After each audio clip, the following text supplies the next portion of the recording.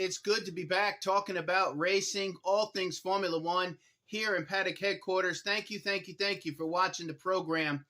We are headed towards the Japanese Grand Prix, and I know we still have so much to talk about regarding the Singapore Grand Prix, but let me tell you a couple points, a couple things, a couple storylines that I am watching heading into the Japanese Grand Prix. Now, first of all, obviously, it was very exciting. We all know both of the Red Bulls weren't in contention for a win last week, and that storyline continues to see if they can return back to the top. Certainly Max and whatever Sergio will do as well. But two things that I haven't had a chance to talk about from the Singapore Grand Prix. And the first one is Kevin Magnussen's 10th place finish for Haas. This is a very interesting week for me regarding the Haas team because that point represented quite a bit to Team Haas. And if they can finish in the top 10 2 weeks in a row, I think it will be indicative of whether Haas is really about to try and turn a corner.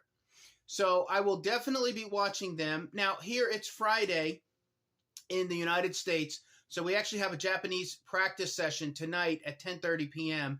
Maybe I'll shoot another video later on tonight, but certainly tomorrow, giving you my thoughts on the first practice session and some additional F1 talk.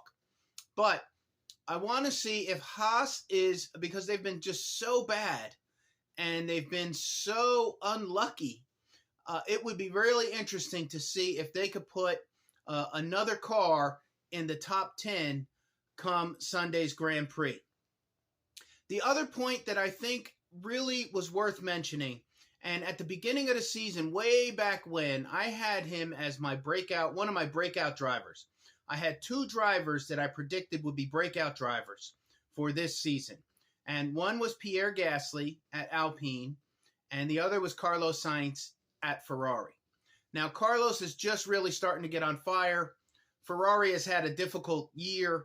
I'm not trying to claim any credit for predicting Carlos as a breakout driver. It just seems like that would have happened or should have happened earlier in the season, but clearly Red Bull was so dominant. So I do wish Carlos well. Really interesting dynamics going on over there at Team Ferrari. But for the Ferrari fans, I'm sure they could care less. Just put one of those cars on the podium and start winning, right? There we go.